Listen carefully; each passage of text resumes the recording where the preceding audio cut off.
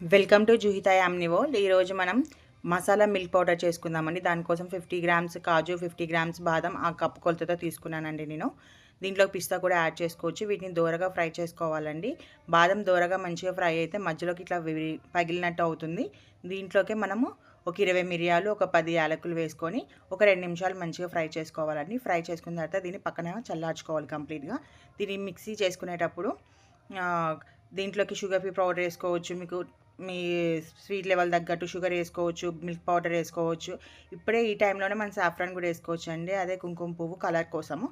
తర్వాత దీన్ని కొంచెం మరీ బరకగా కాదు, మరీ మెత్తగా కాకుండా మీడియంగా మనం పౌడర్ చేసుకోవాలి. దీన్ని ఒక గాజు కంటైనర్లో స్టోర్ చేసుకుంటే మనకు 3-4 మంత్స్ ఈజీగా ఉంటుందండి. మంచిగా ఈ టేస్ట్ కూడా చాలా బాగుంటుందని ఎక్కువ తాగకూడదు, మంచిది కాదు. ఒక కప్పు అంతే అండి, లేకపోతే కడుపులో మంటలాగా వచ్చేస్తుంది. నేను 2 కప్స్కి ప్రిపేర్ చేసుకుంటున్నాను. ఒక 2 స్పూన్స్ వేసి దీన్ని కలుపుతూనే ఉండాలి. ఒక మంచి ఒక పెద్ద పొంగు వచ్చేంత వరకు ఆ గంటతో పైకి కిందికి అంటూ కలుపుతూనే ఉండాలి. అప్పుడే బాగా ఫ్లేవర్స్ అందులోకి వెళ్తాయి. తర్వాత దీన్ని సర్వ్ చేసుకొని తాగడమే. చూడండి ఎంత నచ్చితే లైక్ చేసుకోండి, షేర్ చేయండి, సబ్స్క్రైబ్ చేసుకోండి. Thanks for watching. Bye bye.